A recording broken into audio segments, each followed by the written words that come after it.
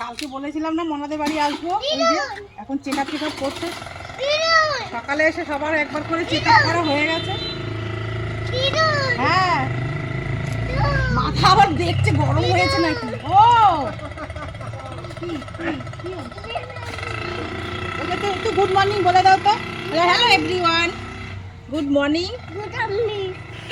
তোমরা সবাই কেমন আছো? হ্যাঁ বলো, কেমন আছো? ভালো আছো? Good morning. হ্যাঁ, আমার পুচু সোনা আজকে গুড মর্নিং বলে দিল।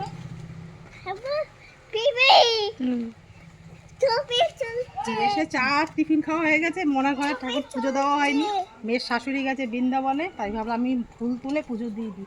এই সুযোগ হাতছাড়া করে লাভ আছে? এত গাছের ফুল না তুললে হবে?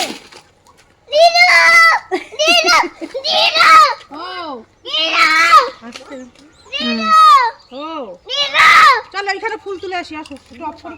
একটা এখানে নীলকণ্ঠ অনেক তুলেছি। এই যে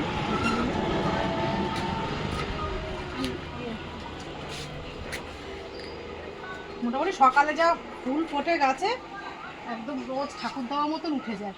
বৃহস্পতিবার একটু অসুবিধা হয়, তাও হয় না গ্রামের দিকে, তাও হয় না। বেলপাতা, দূর্বা, আমসরা, আমরা তো যখন এখানে থাকতাম তখন তো এখানে দিয়ে পুজো হয়ে যেত। ওখানে হাত পাবো বাবা, দুটো আছে শিউলি ফুল, অনেক ফুল। শিউলি দাও নিচে মাটিতে পুরো। আর দোপাটি ফুল হয়েছে কত, যেতে পারবে না, ওই ভেতরে আছে দোপাটি ফুল, এইদিকেও আছে। যা তুলেছি অনেকগুলোই তুলেছি। নীল